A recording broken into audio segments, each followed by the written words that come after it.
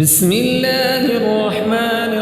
الرحيم تبارك الذي بيده الملك وهو على كل شيء قدير الذي خلق الموت والحياة ليبلوكم أيكم أحسن عملا وهو العزيز الغفور الذي خلق 7 سماوات طباقا ما ترى في خلق الرحمن من تفاوت فارجع البصر هل ترى من فطور ثم ارجع البصر كرتين ينقلب إليك البصر خاسئا وهو حسير ولقد زينا السماء الدنيا بمصابيح وجعلناها رجوما للشياطين وأعتدنا لهم عذاب السعير وللذين كفروا بربهم عذاب جهنم وبئس المصير إذا ألقوا فيها سمعوا لها شهيقا وهي تفور تكاد تميز من الغيظ كلما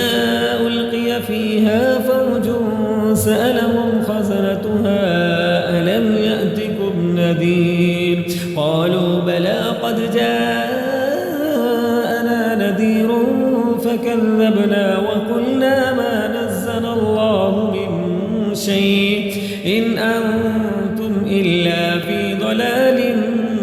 كبير وقالوا لو كنا نسمع أو نعقل ما كنا في أصحاب السعير فاعترفوا بذنبهم فسحقا لأصحاب السعير إن الذين يخشون ربهم بالغيب لهم مغفرة وأجر كبير وأسروا قولكم أو اجهروا به إنه عليم يرسل عليكم حاصبا فستعلمون كيف نذير ولقد كذب الذين من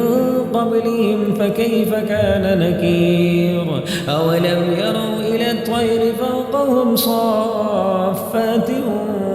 ويقبضن ما يمسكون إلا الرحمن إنه بكل شيء بصير أمن هذا الذي هو جند لكم ينصركم من دون الرحمن إن الكافرون إلا في غرور أمن هذا الذي يرزقكم إن أمسك رزقه بل لجوا في عتب ونفور أفمن يمشي مكبا على وجهه يهدى أمن يمشي سويا على صراط مستقيم قل هو الذي أنشأكم وجعل لكم السمع والأبصار والأفئدة قليلا ما تشكرون قل هو الذي ذرأكم في الأرض وإليه تحشرون ويقولون متى هذا الوعد إن كنتم صادقين قل إنما العلم عند الله وإنما أنا نذير مبين فلما رأوه زلفة سيئت وجوه الذين كفروا وقيل هذا الذي كنتم